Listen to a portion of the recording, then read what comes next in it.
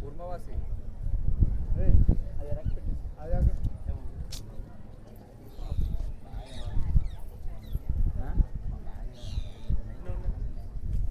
ఎక్కడ దాకా ఉన్నా చివరికంటే మధ్యలో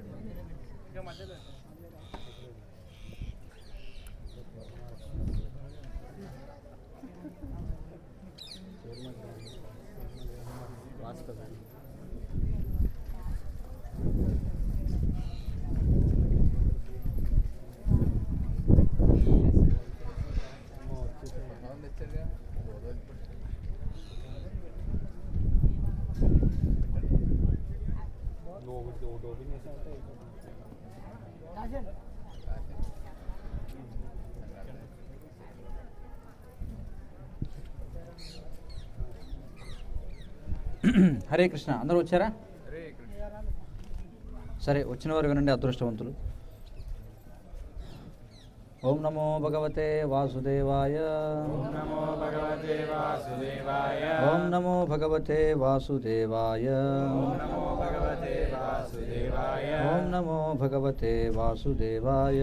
ఓం నమో భగవతే వాసుదేవాయ. నమ ఓం విష్ణుపాదాయ కృష్ణప్రేష్ఠాయ భూతలే శ్రీమతే భక్తి వికాస స్వామినితి నమ. నమ ఓం విష్ణుపాదాయ కృష్ణప్రేష్ఠాయ భూతలే శ్రీమతే భక్తి వేదాంత స్వామినితి నమ. నమస్తే సారస్వతి దేవి గౌరవాణి ప్రచారిణే నిర్విశేష శూన్యవాది పాశ్చాత్య దేశతారిణే. జయ శ్రీకృష్ణ చైతన్య ప్రభు నిత్యానంద శ్రీ అద్వైత గదాధర శ్రీవాసాది గౌరభక్త బృంద. హరే కృష్ణ కృష్ణ కృష్ణ హరే హరే, హరే రామ రామ రామ హరే హరే. ఇప్పుడు మన శ్రీమద్ భాగవతం దశమ స్కందం 88వ అధ్యాయం శివుడు రక్షింపబడుట అనేటువంటి అధ్యాయాన్ని మనం వింటాం. అందరూ కూడా జాగ్రత్తగా వినండి. కృష్ణ భక్తుడైన పరీక్షిత్ మహారాజు అదివరకే ముక్తుడై ఉన్నాడు. అయినా స్పష్టమైన అవగాహన కొరకు అతడు సుఖదేవ గోస్వామిని పలు ప్రశ్నలు అడిగాడు. వేదముల చరమ లక్ష్యం ఏమిటి అని కడచిన అధ్యాయంలో అతడు ప్రశ్నించాడు. అప్పుడు పరంపరలో సనందనుడి నుండి నారాయణ ఋషికి, నారదుని, వ్యాసదేవునికి, తదుపరి తనకు సంప్రాప్తమైనటి ప్రామాణిక వివరణనిచ్చి సుఖదేవ గోస్వామి దానిని వివరించారు. సారాంశం ఏమిటంటే, భక్తియే వేదముల చరమ లక్ష్యము. భక్తి యోగ స్థితికి చేరుకోవడమే జీవిత చరమ లక్ష్యము లేదా వేదసారము అయితే, సాధారణముగా చూడండి, జాగ్రత్తగా వినండి, భక్తి యోగ స్థితికి చేరుకోవడమే జీవిత చరమ లక్ష్యము లేదా వేదసారము అయితే, సాధారణముగా విష్ణు భక్తులు ఐశ్వర్యయుతులుగా ఉండకపోవడం, శివభక్తులు ఐశ్వర్యవంతులుగా ఉండడం ఎందుకు కనిపిస్తుంది అని ఆరంభ దశలోనున్న భక్తుడు అడిగే అవకాశం ఉంది. చాలామంది ప్రశ్న చేస్తారట, ఏమిటంట, విష్ణు భక్తులు ఐశ్వర్యయుతులుగా ఉండరు, కానీ శివభక్తులు మాత్రం ఎలా ఉంటారు? ఐశ్వర్యవంతులుగా ఉంటారు. ఇలా ఎందుకు కనిపిస్తుంది అని ఒక ప్రశ్న అడిగే అవకాశం ఉంది. ఈ విషయాన్ని విశదీకరించడానికి పరీక్షిత్ మహారాజు సుఖదేవ గోస్వామిని ఈ విధంగా ప్రశ్నించాడు. ఏమని ప్రశ్నించారట? సుఖదేవ గోస్వామి, శివుడు ఐశ్వర్య విహీనునిగా జీవించినప్పటికీ అతనిని అర్చించే మానవులు, దానవులు, దేవతలు భౌతికముగా ఐశ్వర్యవంతులై ఉండడం కనిపిస్తుంది. అందరికీ వినిపిస్తుందా లేదా? ఆ సౌండ్ వల్ల ఏమైనా వినిపించట్లేదా? ఏమని ప్రశ్న వేశాడు? శివుడు ఎలా ఉంటాడు? ఐశ్వర్యం లేని విధంగా ఉంటాడు, ఐశ్వర్యహీనుడిగా ఉంటాడు. కానీ అతన్ని అర్చించే మనుషులు, దానవులు, దేవతలు భౌతికంగా ఐశ్వర్యవంతులై ఉండడం కనిపిస్తుంది. ఇంకొక పక్కన లక్ష్మీపతి అయిన విష్ణువును ఆరాధించే భక్తులు ఐశ్వర్యయుతులుగా కనిపించరు. ఒక్కొక్కప్పుడు వారు పేదరికంలో జీవిస్తున్నట్టు కనిపిస్తుంది. శివుడు చెట్ల క్రిందనో మంచుతో నిండిన హిమాలయ పర్వతాల్లోనూ నివసిస్తాడు. తన కొరకు అతడు ఇంటినైనా నిర్మించుకోడు, కానీ శివారాధకులు ఐశ్వర్యవంతులై ఉంటారు. ఇక శ్రీకృష్ణుడు వైకుంఠములో కానీ భౌతిక జగత్తులో కానీ అత్యంత ఐశ్వర్యవతముగా నివసించిన అతని భక్తులు ధనహీనులై ఉన్నట్టుగా కనిపిస్తారు. ఎందుకు ఈ విధంగా జరుగుతుంది అని ఎవరు అడిగారు? పరీక్షిత్ మహారాజు సుఖదేవ గోస్వామిని అడిగాడు. పరీక్షిత్ మహారాజు మంచి తెలివైన ప్రశ్న అడిగాడు. శివభక్తులు, విష్ణు భక్తులు అనే ఇరు తరగతుల భక్తుల మధ్య ఎప్పటికీ సయోధ్య కుదరదు. ఇప్పటికీ ఈ ఇరువర్గపు భక్తులు పరస్పర విమర్శలు చేసుకుంటూనే ఉన్నారు. ముఖ్యంగా దక్షిణ భారతదేశంలో రామానుజాచార్యుల అనుయాయులకు, శంకరాచార్యుల అనుయాయులకు వేదావగాహన గురించి వాదోపవాదాలు జరుగుతుంటాయి. సాధారణంగా అటువంటి చర్చలలో రామానుజాచార్యుల అనుయాయులే జయప్రదులవుతుంటారు. అందుకే సుఖదేవ గోస్వామి ఈ ప్రశ్నను అడిగి పరీక్షిత్తు అసలు పరిస్థితిని స్పష్టము చేయకూరారు. శివుడు ఐశ్వర్యహీనునిగా గోచరించిన అతని భక్తులు ఐశ్వర్యవంతులుగా కనిపిస్తారు. కాగా శ్రీకృష్ణుడు లేదా విష్ణువు సదా ఐశ్వర్యయుతుడే అయినా అతని భక్తులు భేదవారుగా కనిపిస్తారు.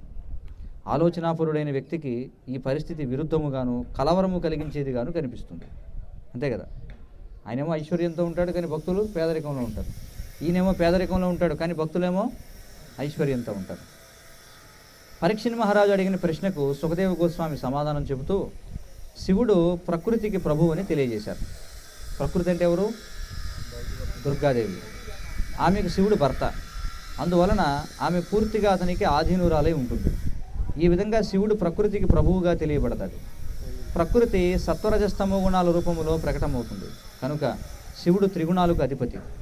బద్ధజీవుని లాభము కొరకే త్రిగుణ సంపర్కాన్ని కలిగి ఉన్నప్పటికీ శివుడు వాటికి నిర్దేశకుడై ఉండి వాటిచే ప్రభావితుడు కాకుండా ఉంటాడు. ఇంకొక రకంగా చెప్పాలంటే బద్ధజీవుడు త్రిగుణ ప్రభావితుడైన ఆ గుణాలకు ప్రభు అయినందున శివుడు వాటికి ప్రభావానికి లోను కాడు. వేటి ప్రభావానికి లోను కాడు? శివుడు త్రిగుణాల ప్రభావానికి లోను కాడు. వివిధ దేవతలను ఆరాధించడం వలన కలిగే ఫలము విష్ణు ఆరాధన వలన కలిగే ఫలము ఒకటి కాదని సుఖదేవ గోస్వామి పలుకుల వలన మనకు అర్థమవుతుంది. అంటే దేవతలను అర్చిస్తే వచ్చే ఫలం, కృష్ణుడిని అర్చిస్తే వచ్చే ఫలం ఒకటి కాదు. చాలామంది ఏమనుకుంటారు, ఏదైనా ఒకటే గుడి కదా, కృష్ణుడి గుడికి వెళ్తే ఏమిటి, శివుడి గుడికి వెళ్తే ఏమిటి, గణపతి గుడికి వెళ్తే ఏమిటి, దుర్గా గుడికి వెళ్తే ఏమిటి, అంతా ఒకటే కదా అనుకుంటారు. కానీ ఇక్కడ ఏం చెప్తున్నారు? ఒకటే ఫలం కాదు.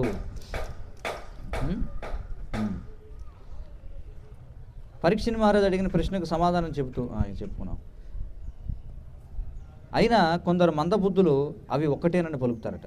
ఆ విధంగా పలికేవారు ఎవరైతే ఉన్నారో వాళ్ళు మందబుద్ధులు అని చెప్పుకుంటున్నారు. శివారాధన వలన మనిషి ఒక ఫలాన్ని పొందితే విష్ణు ఆరాధన వలన అతడు వేరొక ఫలాన్ని పొందుతాడని సుఖదేవ గోస్వామి స్పష్టంగా తెలిపారు. వివిధ దేవతలను ఉపాసించేవారు ఆయా దేవతలు ఇచ్చే ఫలాలను పొందుతారు. అదేవిధంగా ప్రకృతిని ఆరాధించేవారు తమ కార్యాలకు తగిన ఫలాన్ని పొందుతారు. పితృదేవతలను ఆరాధించేవారు దానికి తగిన ఫలాన్ని సాధిస్తారు.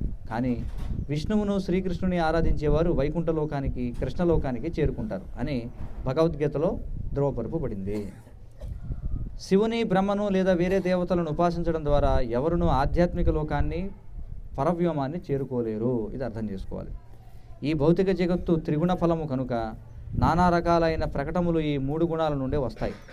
భౌతిక విజ్ఞాన శాస్త్ర సహకారముతో నవీన నాగరికత పలు యంత్రాలను సౌఖ్యాలను సృష్టించింది. అయినా అవన్నీ త్రిగుణముల వివిధ అంతఃప్రక్రియలై ఉంటాయి. శివభక్తులు పలు భౌతిక సంపత్తులను పొందగలిగిన వారంతా త్రిగుణ నిర్మితములైన వస్తువులనే ప్రోగు చేసుకుంటారని తెలుసుకోవాల్సి ఉంటుంది. ఎందుకంటే మనం చెప్పుకున్నాం కదా ఇందాక కూడా, దారుకి అనేటువంటి ఒక అసురుడు ఒక అసురీమణి ఇద్దరు కూడా ఏం చేశారు? వాళ్ళిద్దరు కూడా శివభక్తులే. శివుడి నుంచి పొందినటువంటి వరాలతో వాళ్ళు మళ్ళీ శివభక్తులనే హింసించారన్నమాట. కాబట్టి అందుకే వాళ్ళు ఏమంటున్నారంటే త్రిగుణ నిర్మితములైన వస్తువులనే ప్రోగు చేసుకుంటారని తెలుసుకోవాలి. త్రిగుణములు తిరిగి 16 తత్వాలుగా అంటే దశేంద్రియాలు, మనస్సు, పంచతత్వములుగా విభజింపబడింది కనుక ఈ 16 తత్వములు త్రిగుణముల విస్తారములే. భౌతిక సుఖము లేదా ఐశ్వర్యం అంటే ఇంద్రియ భోగమనియే. విశేషముగా ఉపస్థము, జిహ్వ, మనస్సు భోగమనియే భావం. చూడండి, ఇంద్రియ భోగం అంటే ఏమిటంట? ముఖ్యంగా ఉపస్థము అంటే జననావయం, అలాగే జిహ్వ అంటే నాలుక, మనస్సు. ఈ మూడింటి భోగమేనట ఇంద్రియ భోగం అంటే. మనస్సును మదించడం ద్వారా మనిషి ఉపస్థ భోగానికి, నాలుక భోగానికి నానా రకాలైన ప్రీతికర వస్తువులను సృష్టించుకుంటాడు. ఈ భౌతిక జగత్తులో మనిషి యొక్క ఐశ్వర్యము అతని ఉపస్థ జిహ్వ భోగము దృష్ట్యా అంచనా వేయబడుతుంది. అంటే ఈ భౌతిక ప్రపంచంలో మనిషి ఎంత ఐశ్వర్యవంతుడు అనేది ఎలా నిర్ణయిస్తారట అంటే అతడు ఉపస్థ జిహ్వ భోగము ఎంత బాగా చేయగలుగుతున్నాడో దాన్ని బట్టి అంచనా వేస్తారట. ఇంకొక విధంగా చెప్పాలంటే అతడు ఎంత సమర్థవంతంగా మైదున భోగాన్ని అనుభవించగలుగుతున్నాడు, రాజీ పడనట్టి జిహ్వ చాపల్యాన్ని, రుచికరమైన ఆహార పదార్థాలను తింటూ ఎంత సమర్థవంతముగా తీర్చుకుంటున్నాడనే దృష్ట్యా అది గుర్తించబడుతుంది. ఏమిటది? ఈ భౌతిక ప్రపంచంలో ఇంద్రియ భోగాన్ని కొలవడం అన్నమాట. ఉపస్థ సుఖము, జిహ్వ సుఖము అనే 2 నియమాల ఆధారంగా సుఖాన్ని అధిగమించడానికి మానసిక కల్పన ద్వారా భోగ్య వస్తువులను తయారు చేసేటట్లు భౌతిక నాగరికత ప్రేరేపిస్తుంది. చూడండి, ఉపస్థ సుఖము, జిహ్వ సుఖము ఈ రెండింటికి కావలసినవి సేకరించుకోవడమే భౌతిక నాగరికత అంతా కూడా. శివభక్తులు ఎందుకు ఐశ్వర్యవంతులుగా ఉంటారని పరీక్షిత్తు సుఖదేవ గోస్వామిని అడిగిన ప్రశ్నకు సమాధానం ఇందులోనే ఉంది. శివభక్తులు కేవలము భౌతిక గుణాల దృష్ట్యానే ఐశ్వర్యవంతులై ఉంటారు. నిజానికి అటువంటి నామమాత్ర నాగరికత పురోగతి సంసార బంధనానికి కారణమవుతుంది. వాస్తవానికి అది పతనమే కానీ పురోగతి కాదు. సారాంశం ఏమంటే శివుడు త్రిగుణాలకు ప్రభువు కనుక ఇంద్రియ సంతృప్తి కొరకు ఆ గుణాల అంతఃప్రక్రియచే తయారైన వస్తువులు అతని భక్తులకు ఇవ్వబడతాయి. అయినా మనిషి అటువంటి గుణమయ అస్తిత్వం నుండి బయటపడాలని భగవద్గీతలో శ్రీకృష్ణుడు ఉపదేశించాడు. నిస్త్రైగుణ్యో భవార్జున అన్నాడు. త్రిగుణాలకు అతీతము కావడమే మానవ జన్మ కార్యము. మనిషి నిస్త్రైగుణ్యుడు కానిదే భవబంధము నుండి బయటపడడు. ఇంకొక రకంగా చెప్పాలంటే శివుని నుండి లభించే వరములు ఐశ్వర్యతములుగా కనిపించినప్పటికీ అవి నిజానికి బద్ధజీవులకు లాభదాయకములు కానే కావు అని చెప్పుకుంటున్నారు. అంటే శివుడిచ్చేటువంటి వరాలు ఏవైతే ఉన్నాయో అవి పొందేవారికి వాస్తవానికి అవి లాభం చేకూర్చవు, అవి నష్టమే చేకూరుస్తాయని చెప్పుకుంటున్నారు. మంచిది కాదు. సుఖదేవ గోస్వామి పరీక్షితుతో పలుకుతూ దేవదేవుడు హరి ప్రకృతి త్రిగుణాలకు పరమైన వాడు అని చెప్పాడు. తనకు శరణుజొచ్చిన వాడు ప్రకృతి త్రిగుణాల నియంత్రణను అధిగమిస్తాడని భగవద్గీతలో భగవంతుడు చెప్పాడు. హరిభక్తులే త్రిగుణ నియంత్రణకు అతీతులై ఉంటారంటే నిక్కముగా దేవదేవుడు వాటికి అతీతుడై ఉంటాడు. అందుకే శ్రీమద్భాగవతములో శ్రీహరియే ఆదిదేవుడని చెప్పబడింది. ప్రకృతులు రెండు రకాలుగా ఉంటాయి. అవే అంతరంగ శక్తి, బహిరంగ శక్తి అనేవి.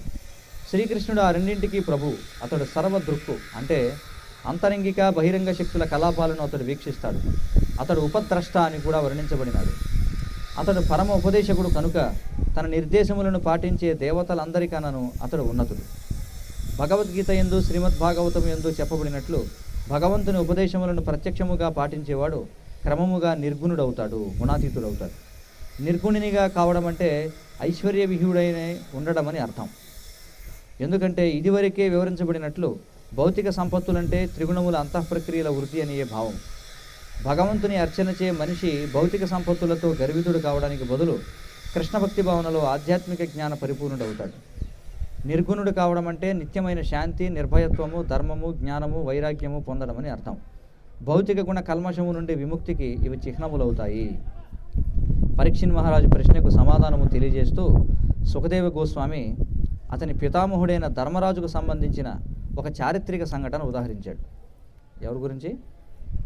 పరీక్షిత్ మహారాజు యొక్క పితామహుడు ఎవరు? ధర్మరాజు.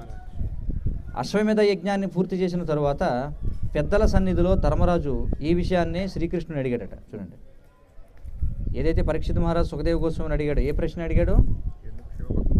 ఏం ప్రశ్న చెప్పండి. శివుడు పేదరికంలో ఉంటాడు కానీ శివభక్తులు ఐశ్వర్యంలో ఉంటారు. విష్ణువు ఐశ్వర్యంలో ఉంటాడు, ఆయన భక్తులు పేదరికంలో ఉంటారు. ఇలా ఎందుకు జరుగుతుందని సుఖదేవ గోస్వామి అడిగాడు కదా. సుఖదేవ గోస్వామి పరీక్షిత్ మహారాజు అడిగాడు. అదే ప్రశ్న వాస్తవానికి వాళ్ళ తాతగారు కూడా అడిగారట. ఎవరు? ధర్మరాజు అడిగాడట. ఎవరిని అడిగాడు?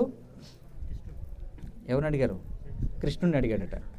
శివభక్తులు ఐశ్వర్యయుతులుగా ఉంటే విష్ణు భక్తులు ఆ విధంగా ఐశ్వర్యయుతులు కాకపోవడానికి కారణం ఏమిటి?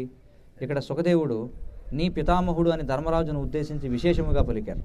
ఆ రీతిగా పరీక్షిత్తు తాను శ్రీకృష్ణునికి సంబంధించిన వాడనని, తన తాతలు దేవాది దేవునితో సన్నిహిత సంబంధము కలిగి ఉండేవారని తలచి ధైర్యపడగలడు. స్వభావరీత్యా శ్రీకృష్ణుడు సర్వదా సంతుష్టుడై ఉండేవాడే అయినప్పటికీ ధర్మరాజు ఈ ప్రశ్నను అడిగినప్పుడు అతడు మరింత సంతుష్టుడయ్యాడట.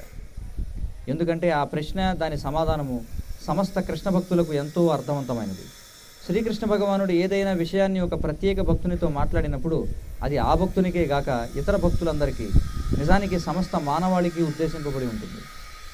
భగవంతుని ఉపదేశాలు బ్రహ్మరుద్రాది దేవతలకును ముఖ్యమైనవి ఉంటాయి. చూడండి, సకల జీవుల లాభం కోసం జగత్తులో అవతరించే భగవంతుని ఉపదేశాల నుండి లాభాన్ని పొందని వాడు నిక్కముగా దురదృష్టవంతుడే అవుతాడు. అంటే ఎవరైతే భగవద్గీత యొక్క సందేశాన్ని చదవరో వాళ్ళు దురదృష్టవంతులే. శ్రీకృష్ణుడు ధర్మరాజు ప్రశ్నకు సమాధానం చెబుతూ ఈ విధంగా అంటున్నాడు. కృష్ణుడు మాట్లాడుతున్నాడు. భక్తుని పట్ల నేను విశేష కరుణను చూపిస్తే, విశేషముగా అతని రక్షణను కోరుకుంటే మొట్టమొదట అతని సంపత్తులను హరిస్తాను. చూడండి ఏమంటున్నాడు కృష్ణుడు. ఏమంటున్నాడు?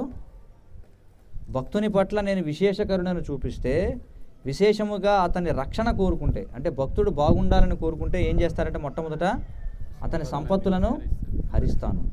అతడు చిల్లిగవ్వలేనట్టి బికారి అయినప్పుడు లేదా దారిద్ర్య స్థితిలో ఉంచబడినప్పుడు బంధువులు, కుటుంబ సభ్యులు అతని పట్ల ఏమాత్రమూ ఇష్టాన్ని చూపించరు. పేదరికంలో ఉన్నవాడిని ఇష్టపడతారు ఎవరైనా? పేదరికంలో ఉన్నవాడిని ఎవరైనా చూపించి ఇతను మీకు బంధువు అన్నారు అనుకో, అబ్బే వాడు ఎవడో నాకు తెలియదండి అంటారు. అదే వాడు ఏ ఎమ్మెల్యే, ఎంపీ అయ్యి బాగా కోటీసులు సంపాదించాడు అనుకోండి, వాడికి వీడికి ఎక్కడన్నా ఇంటి పేరు కానీ ఎక్కడన్నా కొద్దిగా కలిస్తే చాలు, వాళ్ళు మా మేనల్లుడికి బావమరిది భార్యకి వేలు విడిచిన మేనల్లుడి కుమారుడికి బావమరిది అండి అని చెప్పంటారు. మావాడే అంటాడు స్పష్టంగా చెప్పాలంటే. అర్థమైంది కదా. ఎంత ధనవంతుడైతే వాడు ఎంత దూరంగా ఉన్నా మా కులపోడే అని చెప్పి అంటాడు. నాకు బాగా తెలుసు అంటాడు. నాకు ఆయన బాగా తెలుసు కానీ ఆయనకి నేను తెలియదు, అది వేరే విషయం. ఇలా ఉంటుందన్నమాట. అది పేదరికంలో ఉంటే అబ్బాయి అలాంటి వాళ్ళు ఎవరు మా కులంలో లేరండి, మా బంధువులు ఎవరు అలా ఉండరండి అంటారు. అర్థమైంది కదా. కాబట్టి ఇక్కడ కృష్ణుడు ఏమంటున్నాడు, దారిద్ర్య స్థితిలో ఉంచబడినప్పుడు బంధువులు కుటుంబ సభ్యులు అతని పట్ల ఏమాత్రం ఇష్టాన్ని చూపరు. చాలా సందర్భాలలో వారు అతనితో సంబంధాలు తెంచుకుంటారు. అప్పుడు భక్తుడు అమిత దుఃఖితుడవుతాడు అని చెప్పాడట.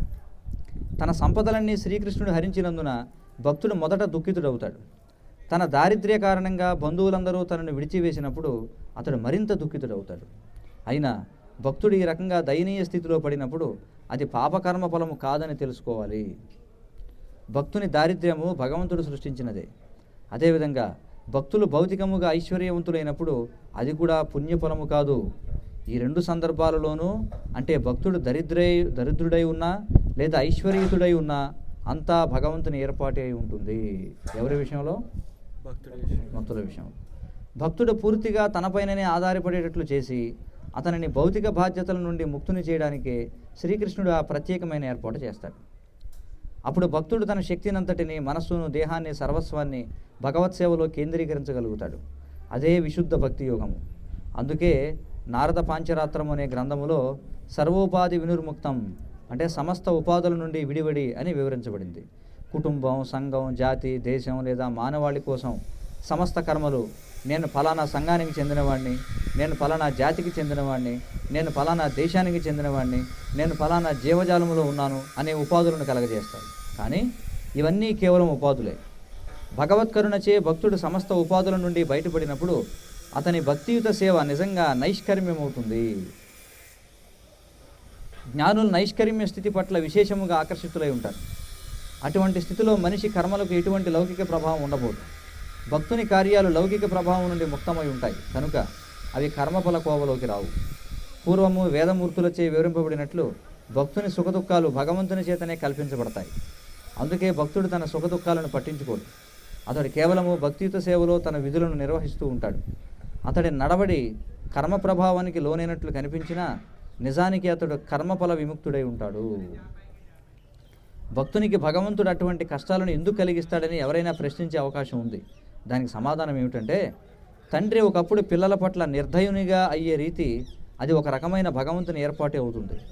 భక్తుడు శరణాగతుడు, భగవంతునిచే రక్షితుడు అయి ఉంటాడు కనుక సుఖదుఖాల వంటి ఎటువంటి పరిస్థితులలో ఉంచబడిన ఆ ఏర్పాటు వెనుక భగవంతుని పెద్ద యోచన ఉన్నదని అర్థం చేసుకోవాలి. ఉదాహరణకు శ్రీకృష్ణుడు పాండవులను తీవ్రమైన దుఃఖ పరిస్థితులలో నిలిపాడు. అప్పుడు అంతటి క్లేశము పాండవులకు ఏ విధంగా కలుగుతున్నదో పితామహుడైన భీష్ముడే అర్థం చేసుకోలేకపోయాడు. పరమ పుణ్యాత్ముడైనట్టి ధర్మరాజే కుటుంబ పెద్ద అయినప్పటికీ, మహావీరులైన భీమార్జునులచే రక్షితులైనప్పటికీ, అన్నింటికీ మించి పాండవులు శ్రీకృష్ణ భగవానుని సన్నిహిత బంధువులు, మిత్రువులైనప్పటికీ వారికి అంతటి కష్టాలు కలుగుతున్నాయని అతడు వాపోయాడు. ఎవరు చెప్పారు ఈ మాట? భీష్ముడు ఆశ్చర్యపోయాడట. దుర్మార్గులను నశింపజేసి భక్తులను రక్షించే తన మహత్కార్యములో భాగముగానే దేవాది దేవుడైన శ్రీకృష్ణుడు దానిని కల్పించాడని తదనంతరం నిరూపితమైంది. భక్తుడు భగవంతుని ఏర్పాటు చేత సాధారణ వ్యక్తి పూర్వపర కర్మఫలంగా నానా రకాలైన సుఖదుఖాలకు లోనవుతున్నప్పుడు వారిరువురికి తేడా ఏమిటని ఇంకొక ప్రశ్న ఉదయిస్తుంది. ఎందుకంటే భగవంతుడి ఏర్పాటు చేత భక్తుడు దుఃఖంలో ఉన్నాడు, అలాగే పూర్వ పాపకర్మల వల్ల లౌకికమైన వ్యక్తి దుఃఖంలో ఉన్నాడు. మరి రెండింటికి తేడా ఏమిటని ఒక ప్రశ్న వేయచ్చు ఎవరైనా. అటువంటప్పుడు సాధారణ కర్మిష్ఠుని కన్నను భక్తుడు ఏ విధంగా ఉన్నతునబడతాడు? కర్మిష్ఠులు, భక్తులు ఒకే స్థాయిలో ఉన్నవారు కాదనడమే దీనికి సమాధానం అవుతుంది. కర్మిష్ఠుడు ఏ జీవన స్థితిలో ఉన్నప్పటికీ కర్మబీజము కారణంగా జన్మమృత్యు వలయంలో తిరుగుదాడుతూనే ఉంటాడు. ఆ బీజము అవకాశము రాగానే అంకురిస్తుంది. కర్మ నియమం వలన సాధారణ మనిషి నిరంతర జన్మమృత్యు వలయంలో చిక్కుపడతాడు. కాగా కర్మ నియమాలకు లోబడినట్టి భక్తుని సుఖదుఖాలు భగవంతుని తాత్కాలిక ఏర్పాటు మాత్రమే అవుతాయి. అటువంటి ఏర్పాటు భక్తుని బొద్దుని చేయదు. కేవలము తాత్కాలిక ప్రయోజనాన్ని నెరవేర్చడానికే అటువంటి ఏర్పాటు భగవంతునిచే చేయబడుతుంది. కర్మిష్ఠుడు పుణ్యకర్మలు చేస్తే స్వర్గలోకాలకు చేరతాడు, పాపకర్మలు చేస్తే నారకీయ స్థితిలో ఉంచబడతాడు. కానీ భక్తుడు నామమాత్రంగా పుణ్యపాప రీతులలో వర్తించినప్పటికీ ఉన్నతుడు గాక పతనము చెందక నేరుగా ఆధ్యాత్మిక లోకానికి చేరుకుంటాడు. కనుక భక్తుని సుఖదుఖాలు, కర్మిష్ఠుని సుఖదుఖాలు ఒకే స్థాయిలో ఉన్నవి కావు. అజామిళుని ఉద్ధారము సంబంధంలో యమరాజు తన దూతలతో పలికిన మాటలలో ఇది ధృవపరపబడింది. భగవంతుని నామాన్ని ఎన్నడూనూ ఉచ్చరించిన వారి దగ్గరకు, భగవంతుని రూపగుణలీలను స్మరింపని వారి చెంతకు మాత్రమే వెళ్ళండి యమరాజు తన అనుయాయులకు ఉపదేశించాడు. భక్తుల వైపు కన్నెత్తి చూడవద్దని కూడా యమరాజు వారికి బోధించాడు. పైగా ఒకవేళ భక్తుని వారు కలిస్తే వినయముతో వందనము చేయమని అతడు ఉపదేశించాడు. ఎవరు? యమరాజు ఎవరికి ఉపదేశించాడు? భక్తులకు. కనుక భక్తుడు ఈ భౌతిక జగత్తులో ఉన్నతుడు కావడము లేదా పతనము చెందడము అనే ప్రశ్నే ఉదయించదు. తల్లి విధించే శిక్షకు, శత్రువు విధించే శిక్షకు అపారమైన భేదం ఉన్నట్లుగా భక్తుని దుఃఖము, కర్మిష్ఠుని దుఃఖము ఒక్కటి కాబోదు. చాలా ముఖ్యమైన విషయం. భగవంతుడు సర్వశక్తివంతుడే అయితే భక్తునికి కష్టాలు కలిగించిన తరువాతే ఎందుకు మార్చడానికి ప్రయత్నించాలి అని ఇక్కడ మరొక ప్రశ్న తలెత్తుతుంది. దీనికి సమాధానం ఏమిటంటే, భగవంతుడు భక్తునికి కష్టాలు కలిగించినప్పుడు అది ప్రయోజనరహితముగా ఉండదు. దుఃఖములో భక్తునికి కృష్ణానురక్తి భావన వృద్ధి కావడం ఒకప్పుడు ఆ ప్రయోజనం అవుతుంది. ఉదాహరణకు శ్రీకృష్ణుడు పాండవుల రాజధాని నుండి తన గృహానికి వెళ్ళేటప్పుడు కుంతీదేవి అనుమతిని అడిగాడు. అప్పుడు ఆమె అతనితో పలుకుతూ, కృష్ణ, మా కష్టాలలో నీవు సర్వదా మాతో పాటే ఉన్నావు. ఇప్పుడు మాకు రాజ్యాధికారం సంప్రాప్తించింది కాబట్టి నీవు మమ్మల్ని విడిచి వెళ్ళిపోతున్నావు. కనుక నిన్ను పోగొట్టుకోవడం కన్నను దుఃఖములో జీవించడమే నేను కోరుకుంటున్నాను అని అన్నది. భక్తుడు దుఃఖస్థితిలో ఉంచబడినప్పుడు అతని భక్తియుత కర్మలు వేగవంతమవుతాయి. చూడండి, భక్తుడికి ఎప్పుడైతే దుఃఖస్థితిలో ఉంచబడతాడో భక్తియుత కర్మలు వేగవంతమవుతాయి. అందుకే భక్తుని పట్ల విశేషానుగ్రహాన్ని చూపించడానికి భగవంతుడు ఒకప్పుడు అతని కష్టాలను కలగజేస్తాడు. చేదును రుచి చూసిన వారికే సుఖము యొక్క తీపిదనము తీయగా ఉంటుందని కూడా చెప్పబడుతుంది. భక్తులను కష్టాల నుండి రక్షించడానికే భగవానుడు భౌతిక జగత్తులో అవతరిస్తాడు. ఇంకొక రకంగా చెప్పాలంటే, భక్తులు దుఃఖమయ పరిస్థితులలో లేకపోతే భగవంతుడు అవతరించకపోయేవాడు. దానవ సంహారము లేదా దుష్ట సంహారము అనే కార్యము అతని వివిధ శక్తులచే అవలీలగా నిర్వహించబడుతుంది. పలువురు అసురులు అతని బాహ్యశక్తి అయిన దుర్గాదేవిచే చంపబడడం అటువంటిదే. కనుక అటువంటి దానవులను చంపడానికి భగవానుడు స్వయంగా దిగిరావాల్సిన అవసరం లేదు. కానీ తన భక్తుడు ఆర్తిలో ఉన్నప్పుడు భగవంతుడు తప్పక అవతరిస్తాడు. నృసింహదేవుడు ఆవిర్భవించినది హిరణ్యకశిపుని వధించడానికి గాక ప్రహ్లాదుని రక్షించి దీవించడానికేనని తెలుసుకోవాలి. ఇంకొక రకంగా చెప్పాలంటే, ప్రహ్లాదుడు తీవ్ర క్లేశానికి గురి అయినందునే భగవానుడు అవతరించాడు. కటిక చీకటి రాత్రి తరువాత చివరకు సూర్యోదయం జరిగినప్పుడు ఆనందంగా ఉంటుంది. అతి వేడి ఉన్నప్పుడు చన్నీరు పరమానందకరముగా ఉంటుంది. ఎముకలు కొరికే చలిలో వేడి నీరు ఆనందదాయకముగా ఉంటుంది. అదేవిధముగా భక్తుడు భౌతిక జగత్తు దుఃఖాన్ని అనుభవించిన తరువాత భగవంతునిచే వసగబడిన ఆధ్యాత్మిక సుఖాన్ని అనుభవించినప్పుడు అది మరింత ఆనందదాయకము, సుఖదాయకముగా అవుతుంది. శ్రీకృష్ణుడు ఇంకా వివరిస్తూ, నా భక్తుడు సమస్త భౌతిక సంపత్తులను కోల్పోయినప్పుడు, బంధుమిత్ర స్వజనులచే విడవబడి ఉన్నప్పుడు, తనను ఆదుకునేవారు ఎవరూ లేని కారణంగా నన్నే పూర్తిగా ఆశ్రయిస్తాడు అని అన్నాడు. ఈ విషయంలోనే శ్రీల నరోత్తమదాసు ఠాకూర్లు ఒక కీర్తన గానము చేస్తూ, ఓ కృష్ణ నందకుమార, వృషభానుసుతే అయిన రాధారాణితో కూడి నీవు ఇప్పుడు ఎక్కడ ఉన్నావు? నేను ఇప్పుడు నీకు శరణాగతుడనయ్యాను. దయచేసి నన్ను అనుగ్రహించు. నన్ను ఏమాత్రము దూరముగా తులసివేయవద్దు. నీవు తప్ప నాకు అన్యాశ్రయమే లేదు అని అన్నారు. ఈ విధముగా భక్తుడు నామమాత్ర దుఃఖమయ స్థితిలో ఉంచబడినప్పుడు, సంపదలను, కుటుంబాన్ని కోల్పోయినప్పుడు తన పూర్వ ఐశ్వర్యయుత స్థితిని తిరిగి పొందడానికి ప్రయత్నం చేస్తాడు. అయినా అతడు మాటిమాటికి యత్నించినప్పటికీ శ్రీకృష్ణుడు అతని సంపత్తులన్నింటినీ మరలా హరించి వేస్తాడు. వింటున్నారా ఏమవుతుందో? మళ్ళీ చదువుతున్నాను, వినండి జాగ్రత్తగా. భక్తుడు నామమాత్ర దుఃఖమయ స్థితిలో ఉంచబడినప్పుడు, సంపదలను, కుటుంబాన్ని కోల్పోయినప్పుడు తన పూర్వ ఐశ్వర్యయుత స్థితిని తిరిగి పొందడానికి ప్రయత్నం చేస్తాడట. అయినా సరే అతడు మాటిమాటికి ప్రయత్నించిన శ్రీకృష్ణుడు అతడి సంపదలన్నింటినీ మరలా హరించి వేస్తాడు. ఆ విధంగా భక్తుడు చివరకు భౌతిక కలాపాలలో విసుగు చెందుతాడు. సమస్త యత్నాలు భంగపడిన స్థితిలో అతడు పూర్తిగా భగవంతునికి శరణాగతుడవుతాడు. భక్తులతో సాంగత్యము చేయమని భగవంతుడు అతనికి ఆంతరము నుండి బోధిస్తాడు. భక్తుల సాంగత్యములో అతడు సహజముగానే భగవత్ సేవకు మొగ్గు చూపుతాడు. అప్పుడు భక్తి యోగములో పురోగమించడానికి అతడు భగవంతునిచే సకల సౌకర్యాలు పొందుతాడు. అభక్తులు తమ జీవన స్థితిని కాపాడుకోవడంలో అతి జాగ్రత్తగా ఉంటారు. అందుకే సాధారణంగా వారు భగవదారాధనము చేయక ఏదో తత్క్షణ భౌతిక లాభము కొరకు శివాది దేవతలను పూజిస్తారు. అందుకే భగవద్గీతలో కాంక్షంత కర్మణాం సిద్ధిం యజంత ఇహదేవత అని చెప్పబడినది. అంటే ఈ భౌతిక జగత్తులో జయప్రదులు కావడానికే కర్మిష్ఠులు నానా రకాలైన దేవతలను పూజిస్తారు. దేవతలను ఆరాధించేవారు బుద్ధి పరిపక్వత లేనివారని కూడా కృష్ణుడు చెప్పాడు. అందుకే భగవద్భక్తులు భగవంతుని ఎడగల గాఢానురాగ కారణంగా దేవతల దరి చేరరు. శ్రీకృష్ణుడు ధర్మరాజుతో పలుకుతూ, నా భక్తుడు ఎటువంటి విపరీత జీవన స్థితుల చేతను భయపడడు.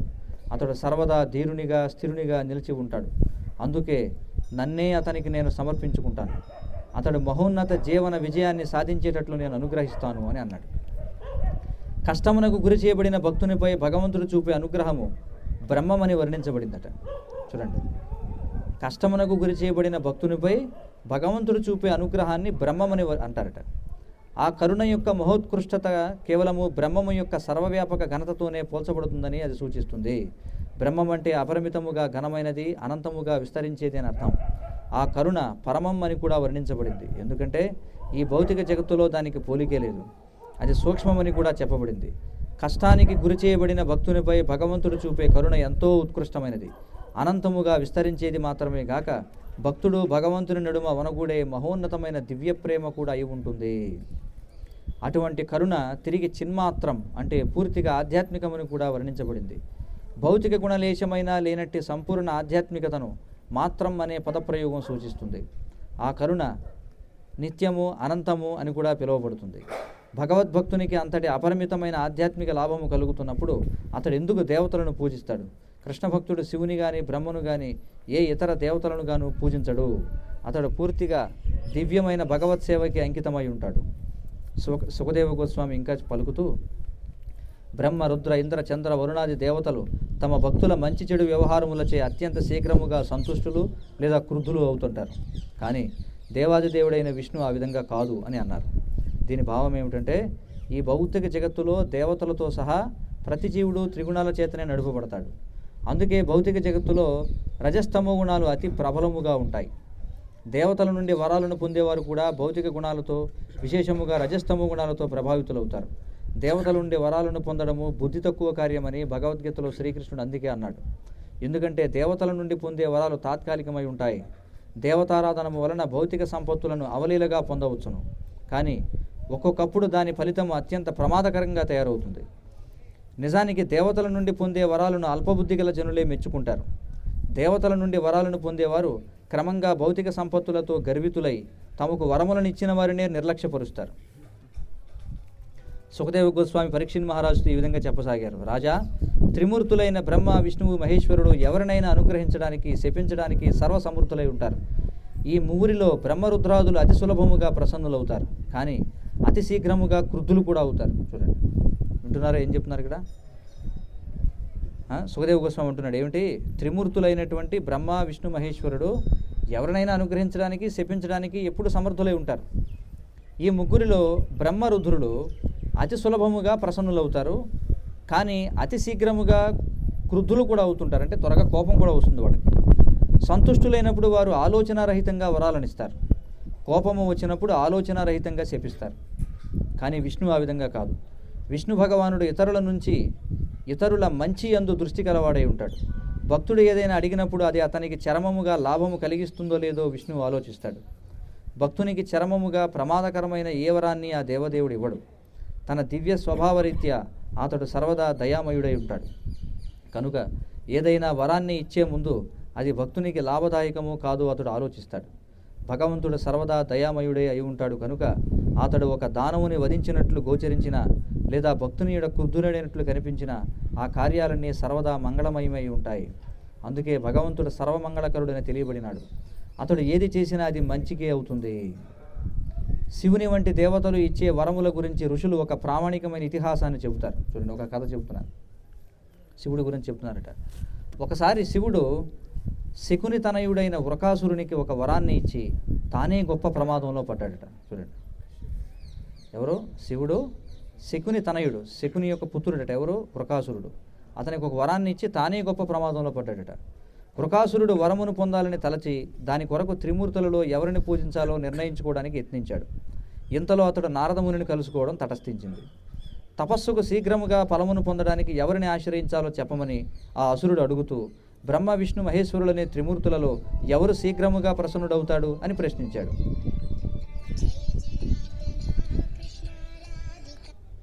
అసురుని యోచనను ఎరిగిన నారదుడు వృకాసురునితో పలుకుతూ, నీవు శివుని అర్చించడమే ఉత్తమం అని చెప్పాడు. ఎందుకంటే నీకు త్వరగా ఫలితం కావాలి కదా, కాబట్టి నువ్వేం చేయాలి? శివుని అర్చించమని చెప్పాడు. నీ అభీష్టవరము శీఘ్రముగా లభిస్తుంది. శివుడు అతి శీఘ్రముగా ప్రసన్నుడవుతాడు, అతి శీఘ్రముగా క్రుద్ధుడు కూడా అవుతాడు. కనుక నీవు శివుని సంతుష్టిని చేయడానికి ప్రయత్నించు అని అన్నాడు. రావణుడు, బాణాసురుడు వంటి దానవులు స్తుతులతో శివుని ప్రసన్నుని కావించి గొప్ప సంపత్తులను బడిసిన సంఘటనలను నారదముని అప్పుడు ఉదాహరించాడు. నీ పూర్వీకులైనటువంటి రావణుడు, బాణాసురుడు కూడా అదే పని చేశారు కాబట్టి నువ్వు కూడా వాళ్ళ అడుగుదాడలు నడువు, నువ్వు కూడా ఏం చేయాలి, వెళ్ళి శివుణ్ణి ప్రసన్నం చేసుకో అని చెప్పాడు. వృకాసురుని స్వభావం తెలిసినవాడు కనుకనే నారదముని వారిని విష్ణువును లేదా బ్రహ్మను ఆశ్రయించమని చెప్పలేదు. తమోగుణయుతులైనట్టి వృకాసురుని వంటి వ్యక్తులు విష్ణు ఆరాధనలో నెలకొనలేరు. నారదముని ఉపదేశము తీసుకునిన తరువాత వృకాసురుడు కేదారనాథ్ క్షేత్రానికి వెళ్ళాడు. ఈ తీర్థక్షేత్రము కాశ్మీరు దగ్గర ఇప్పటికీ ఉన్నది. అది దాదాపుగా ఎల్లప్పుడూ మంచుతోనే కప్పబడి ఉండి సంవత్సరములో కొంతకాలము అంటే జులై మాసములో దర్శన సాధ్యమై ఉంటుంది. అప్పుడు భక్తులు దర్శనము చేసుకుని పూజలు చేస్తారు. కేదారనాథ క్షేత్రము శివభక్తుల కొరకు ఉన్నట్టిది. వైదిక నియమం అనుసరించి దేవీ దేవతలకు ఏదైనా అర్పించవలసి వచ్చినప్పుడు దానిని అగ్నిలో ఆహుతిగా సమర్పించాలి. అందుకే అన్ని రకాలైన అనుష్ఠానాలలో అగ్నిహోత్రం తప్పనిసరి అవుతుంది. చూడండి, దేవతలకు ఏదైనా సమర్పించాల్సి అంటే దాన్ని ఎలా చేయాలట, అగ్నిలో ఆహుతిగా సమర్పించాలి. అగ్ని ద్వారా దేవతలు తింటారనమాట. కానీ భగవంతుడిగా ఆ విధంగా అవసరం, ఆయన నేరుగా స్వీకరిస్తాడు. అర్థమైంది కదా. దేవీ దేవతలకు అగ్ని ద్వారానే దేనినైనా సమర్పించాలని శాస్త్రాలలో చెప్పబడింది. అందుకే వృకాసురుడు కేదారనాథ క్షేత్రానికి వెళ్ళి శివుని ప్రీత్యర్థమై అగ్నిహోత్రం ఆరంభించాడు. శివుని పేరు మీద అగ్నిహోత్రమును ఆరంభించిన వృకాసురుడు అతని ప్రీత్యర్థము తన శరీరము నుండి మాంసఖండములను తీసి ఆహుతి చేయడం మొదలుపెట్టాడు. ఏం వేశాడు, అందులో మాంసం కోసుకుని వేస్తున్నాడు. భగవద్గీతలో వివిధ రకాలైన యజ్ఞాలు పేర్కొనబడ్డాయి. వాటిలో కొన్ని సత్వగుణంలో ఉన్నవి, మరికొన్ని రజోగుణంలో, మరికొన్ని తమోగుణంలో ఉన్నాయి అని చెప్పబడింది. ప్రపంచంలో నానా రకాల జనులు ఉన్నందున నానా రకాలైన తపస్సులు, అర్చనలు ఉన్నాయి. కానీ చరమ తపస్సు అయినట్టి కృష్ణ భక్తి భావనయే అత్యున్నతమైనదని, అత్యున్నతమైన యోగ విధానము, అత్యున్నతమైన యజ్ఞం. భగవద్గీతలో ధృవపరిపబడినట్లు హృదయములో శ్రీకృష్ణుని సర్వదా స్మరించడమే మహోన్నతమైన యోగము, సంకీర్తన యజ్ఞమే మహోన్నతమైన యజ్ఞం. ఏమిటది? హరే కృష్ణ హరే కృష్ణ కృష్ణ కృష్ణ హరే హరే, హరే రామ రామ రామ హరే హరే. ఇదే మహోన్నతమైన యోగము, సంకీర్తన యజ్ఞము. దేవతారాధకులు బుద్ధి నశించినట్టు వారిని భగవద్గీతలో చెప్పబడింది. ఈ అధ్యాయములో తరువాత వెల్లడి కానున్నట్లు తాత్కాలికమైనది, నిజమైన లాభము లేనట్టిది అయిన నికృష్టమైన లక్ష్యము కొరకే వృకాసురుడు శివుని ప్రసన్నుని చేయగోరాడు. అసురులు అంటే తమోగుణయుతులైన జనులు అటువంటి వరాలను, దేవతలను కోరుకుంటారు. తమోగుణయుతమైన ఈ యజ్ఞమునకు పూర్తి విరుద్ధముగా విష్ణువు లేదా శ్రీకృష్ణుని అర్చనా విధి అతి సరళముగా ఉంటుంది. భక్తుని నుండి చిన్న పండునైనా, పుష్పమునైనా లేదా కొద్దిగా జలమునైనా తాను స్వీకరిస్తానని భగవద్గీతలో శ్రీకృష్ణుడు చెప్పాడు. ధనికుడు కానీ పేదవాడు కానీ ఎవడైనా వీటిని చక్కగా సమకూర్చుకొని అర్చించగలడు. అయినా ధనికులు కేవలము కొద్దిగా జలమును, చిన్న పండును లేదా చిన్న పత్రమును భగవంతునికి సమర్పించి సరిపుచ్చుకోక తమ స్థితికి తగినట్టుగా వాటిని సమర్పించాలి. కానీ భక్తుడు భేదవాడై ఉంటే అల్పమైనది ఇచ్చినా భగవంతుడు స్వీకరిస్తాడు. విష్ణువును లేదా శ్రీకృష్ణుని అర్చించడం చాలా సులభమైనది. ప్రపంచంలో ఎవరైనా దానిని చేయగలరు. కానీ వృకాసురుడు చేసినట్టు తమోగుణ అర్చనము అత్యంత కఠినము, కష్టదాయకమే కాకుండా వృధాకాల వ్యయము కూడా అయి ఉంటుంది. అందుకే దేవతోపాసకులు బుద్ధిరహితులని, అంటే దేవతోపాసకులకు బుద్ధి లేదని, వారి అర్చనా పద్ధతి అత్యంత కఠినమని, అదే సమయంలో దాని వలన కలిగే ఫలము క్షణభంగురమని, అంటే తాత్కాలికమైనదని భగవద్గీతలో చెప్పబడింది. వృకాసురుడు 6 రోజులు తన యజ్ఞాన్ని కొనసాగించిన తన లక్ష్యమైనట్టు శివదర్శనాన్ని పొందలేకపోయాడు. అంటే మాంసం కోసి ఇస్తూనే ఉన్నాడు. ఎన్ని రోజులు? 6 రోజులు. శివదర్శనమును పొంది వృకాసురుడు అతని నుండి వరమును కోరుకోవాలనుకున్నాడు. అసురులకు, భక్తులకు గల మరొక భేదం ఇక్కడ కనిపిస్తుంది. భక్తితో అర్చామూర్తికి సమర్పించినది భగవంతుడు స్వీకరిస్తాడని భక్తుడు పూర్తి విశ్వాసంతో ఉంటాడు. కానీ అసురుడు తన ఆరాధ్య దేవతను ముఖాముఖి దర్శించి నేరుగా వరాన్ని కోరుకోవాలని అనుకుంటాడు. చూడండి, అసురులు చూడాలనుకుంటారట ముఖాముఖి, కానీ భక్తులు ముఖాముఖి చూడాలని అనుకోరు. అనుగ్రహిస్తే చూపిస్తాడు, లేకపోతే లేదనుకుంటారు అంతే. ఏదో వరము కొరకు భక్తుడు విష్ణువును లేదా శ్రీకృష్ణుని అర్చించడు. అందుకే భక్తుడు అకామ అని, అభక్తుడు సర్వకామ అని పిలువబడతాడు. 7వ రోజు వృకాసురుడు తన శిరమును ఖండించి శివుని ప్రీత్యర్థము సమర్పించాలని నిర్ణయించుకున్నదట. ఇక 6 రోజులైంది, స్పందించాల. 7వ రోజు ఏమనుకున్నాడు? తలకాయ కోసి వేసేద్దాం అనుకున్నాడు. ఆ విధంగా వాడు చెంతనున్న ఒక సరస్సులో స్నానము చేసి తడిసిన శరీరము, జుట్టుతోనే శిరమును ఖండించుకోవడానికి ఉద్యుక్తుడయ్యాడు. వైదిక విధానమును బట్టి బలి పశువుకు మొదట స్నానము చేయించి అది తడిగా ఉన్నప్పుడే బలిస్తారు. అసురుడు ఆ రీతిగా తన తలను నరుక్కోవడానికి సిద్ధపడగా శివుడు కరుణాతరంగుడయ్యాడు. ఈ కరుణ అతని సత్వగుణానికి ప్రతీక. శివుడు త్రిలింగుడని, అంటే 3 గుణాల మిశ్రమం అనేది పిలువబడతాడు. కనుక అతని కరుణా స్వభావ ప్రకటము సత్వగుణ చిహ్నమే అవుతుంది. అయినా ఈ కరుణ ప్రతి జీవిలోనూ ఉంటుంది. శివునిలో కరుణ ఉత్పన్నమైనది అసురుడు అగ్నిలో తన మాంసఖండాలను అర్పించినందుకు గాక వాడు ఆత్మహత్య చేసుకోబోయినందుకేనని తెలుసుకోవాలి. చూడండి, అంతేగాని వాడు వేసిన మాంసానికి సంతృష్టి చెంది కాదు, అయ్యో వీడు చచ్చిపోతాడే అనే జాలితోటి. ఇది సహజమైన కరుణ. ఎవడైనా ఆత్మహత్యకు పాల్పడడం చూసినప్పుడు సామాన్య వ్యక్తికైనా అతనిని రక్షించడానికి యత్నిస్తాడు. చూడండి, అర్థమవుతుంది కదా. దానిని అతడు అప్రయత్నముగా చేస్తాడు. దాని కొరకు అతనిని వేడుకోవాల్సిన అవసరం ఉండదు. కనుక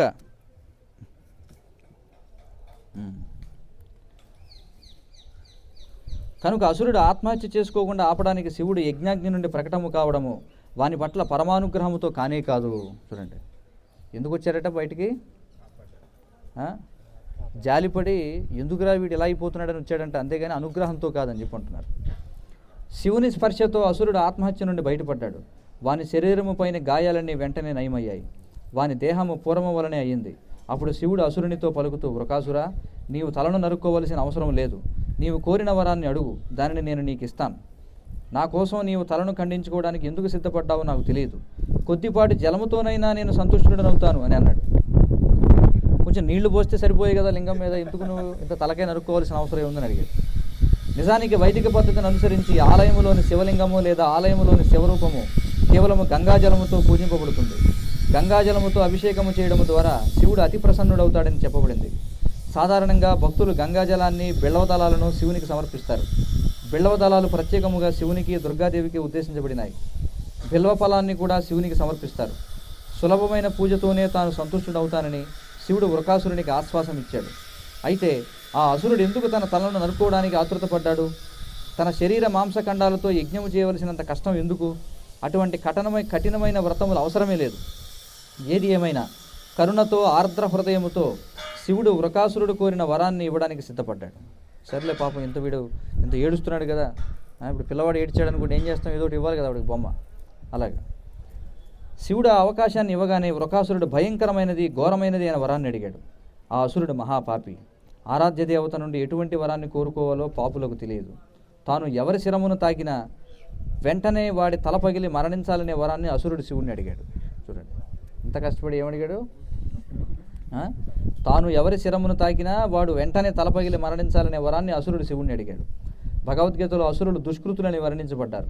కృతి అంటే ప్రశస్తమైనదైన భావం, కానీ దుహ్ అనే ప్రత్యయమును చేర్చినప్పుడు అది హేయమైనదనే భావాన్ని ఇస్తుంది. దుష్కృతులు దేవదేవునికి శరణుజొచ్చే బదులు హేయమైన భౌతిక లాభాల కోసం నానా రకాలైన దేవతలను పూజిస్తారు. దుష్కృతులకు బుద్ధి బలము, యోగ్యత ఉన్నప్పటికీ వాటిని వారు హేయమైన కార్యాలకే ఉపయోగిస్తారు. ఉదాహరణకు, ఒకప్పుడు లౌకిక శాస్త్రజ్ఞులు మారణాయుధాలను కనిపెడతారు. అటువంటి వాటి కొరకు చేసే విజ్ఞాన శాస్త్ర పరిశోధనకు తెలివితేటలు ఎంతో అవసరం. కానీ మానవ సంఘానికి లాభదాయకమైనది కనిపెట్టేందుకు బదులుగా వారు మృత్యువును వేగపరిచేది ఏదో కనిపెడుతుంటారు. అయినా మృత్యు ప్రతి మానవునికి అదివరకే సునిశ్చితమై ఉన్నది కదా.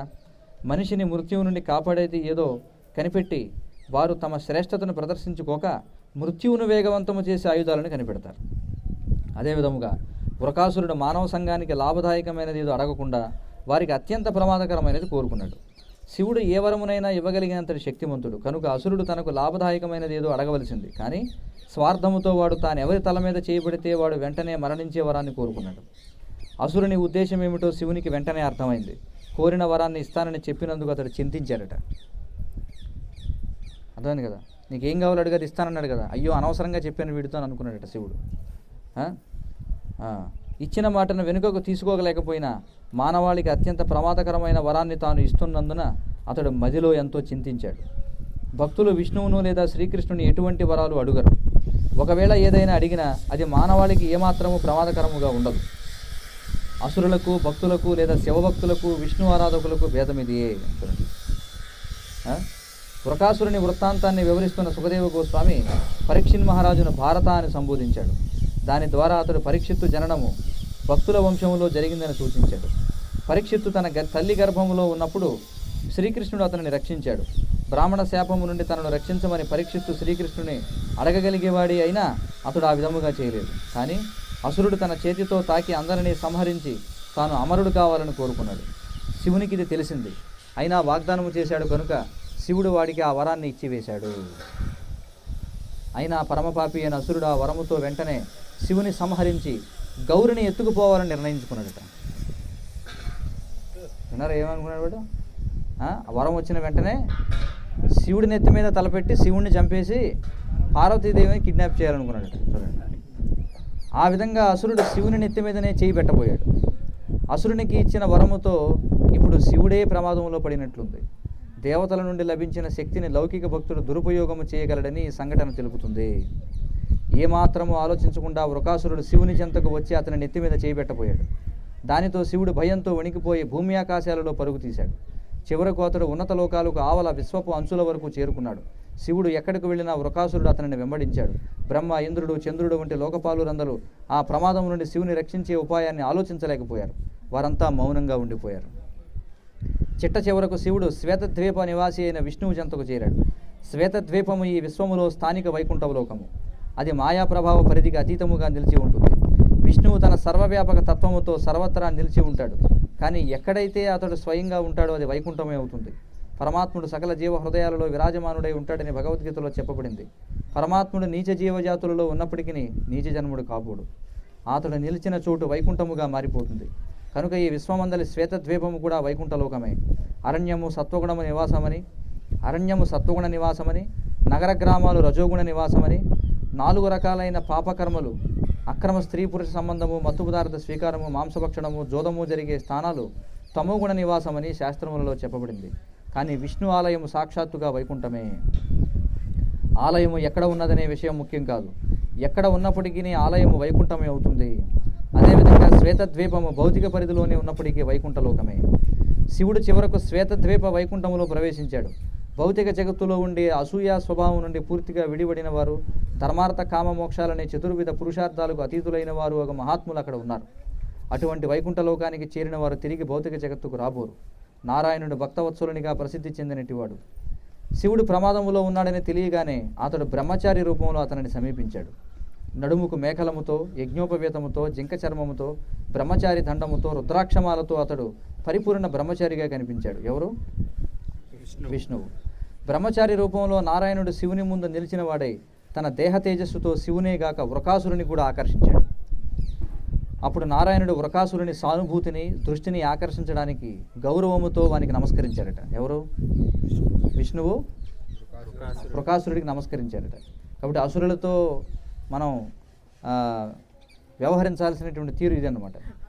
అర్థమైంది కదా?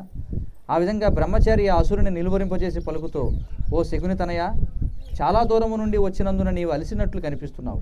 నీ ప్రయోజనం ఏమిటి? ఇంత దూరం ఎందుకు వచ్చావు? అలసినట్లు కనిపిస్తున్నావు కనుక కొంత తడవు విశ్రమించుమని అర్థిస్తున్నాను. సకలాభీష్టాలను తీర్చేది తనువే కాబట్టి ఎల్లరూ ఈ దేహానికి ఎంతో విలువనిస్తారు.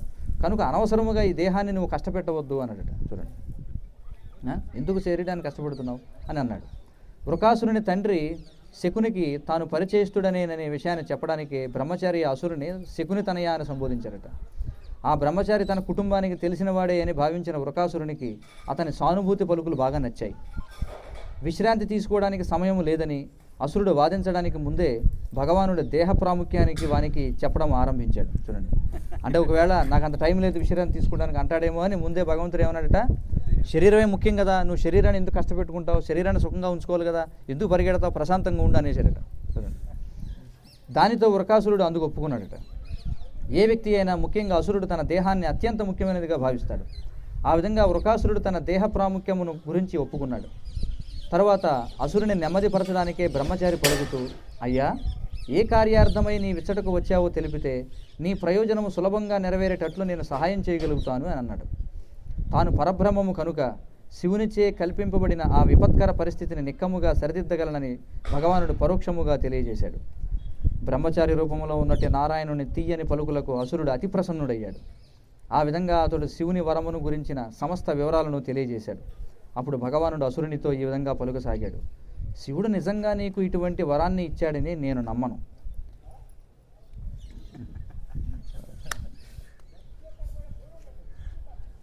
శివుడు నిజంగా నీకు ఇటువంటి వరాన్ని ఇచ్చాడని నేను నమ్మను. నాకు తెలిసినంత వరకు శివునికి మతిస్థిమితముగా లేదు. మామగారైన దక్షునితో వివాదము జరిగినప్పుడు పిశాచము కమ్మని అతనిచే శివుడు శపించబడినాడు. ఎందుకంటే దక్షుడు శివుడిని శపించాడు పిశాచం కమ్మని. ఆ విధముగా శివుడు ప్రేత పిశాచపతిగా అయ్యాడు. కనుక అతని మాటల మీద నాకు నమ్మకం లేదు. అసురపతి, చూడండి అతన్ని పొగుడుతున్నాడు అనమాట. అసురపతి, అయినా నీకు శివుని మాట మీద నమ్మకం ఉంటే నీ చేయిని నీ తల మీదనే పెట్టుకుని ఎందుకు పరీక్షించుకోవు? నువ్వు ఇచ్చిన వరము అసత్యమని నిరూపితమైతే ఈ అసత్యవాది శివుడు తిరిగి అబద్ధమాడలేనట్లుగా వధించేయి అని చెప్పన్నాడట. ఈ రకంగా నారాయణుని తీయని మాటల చేత, అతని మహామాయ చేత అసురుడు పూర్తిగా భ్రమితుడై శివుని శక్తిని వరమును మరిచిపోయాడు. ఆ విధంగా వాడు తన చేయిని నెత్తి మీద పెట్టుకున్నాడు. అప్పుడు వజ్రాయుధము చే కొట్టబడిన చందముగా తల పగిలి ఆ అసురుడు వెంటనే మరణించాడు.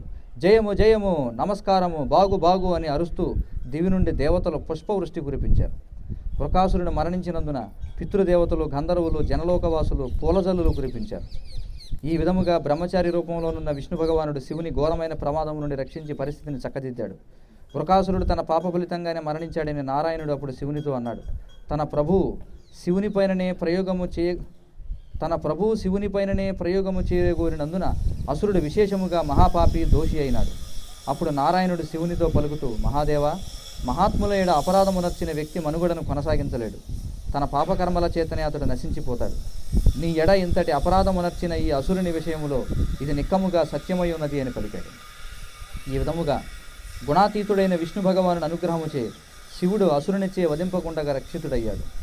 ఎవరైతే ఈ చరితమును భక్తి శ్రద్ధలతో వింటారో వారు నిక్కముగా భవబంధముల నుండి, శత్రుబంధముల నుండి విముక్తులవుతారు. మరి మీరు అందరూ విన్నారా లేదా? మధ్యలో సెల్ ఫోన్ చూసుకుంటూ బయటికి వెళ్ళిపోయారా ఎవరైనా? ఎవరైతే చరితమును భక్తి శ్రద్ధలతో వింటారో వారు నిక్కముగా భవబంధముల నుండి, శత్రుబంధముల నుండి విముక్తులవుతారు. శివుడు రక్షింపబడుట అను దశమ స్కందములోని 88వ అధ్యాయమునకు భక్తి వేదాంత భాష్యము సమాప్తము. హరే కృష్ణ కృష్ణ కృష్ణ హరే హరే, హరే రామ రామ రామ హరే హరే, హరే కృష్ణ కృష్ణ కృష్ణ హరే హరే, హరే రామ రామ రామ హరే హరే, హరే కృష్ణ కృష్ణ కృష్ణ హరే హరే, హరే రామ రామ రామ హరే హరే. శ్రీ నాగేశ్వర మహాదేవ్ కీ జయ, శ్రీకృష్ణ భగవాన్ కీ జయ, శ్రీల ప్రభుపాద కీ జయ, గౌర ప్రేమానందే. అందరూ దయచేసి వెళ్ళి బస్సులో కూర్చోండి. తర్వాత మనం రుక్మిణీ మందిరానికి వెళతాం. అది మన చివరి మజిలీ. అక్కడ మరి రుక్మిణీదేవి శ్రీకృష్ణునికి రాసినటువంటి ప్రేమలేఖ ఏమిటో చదువుదాం. హరే కృష్ణ. పదండి.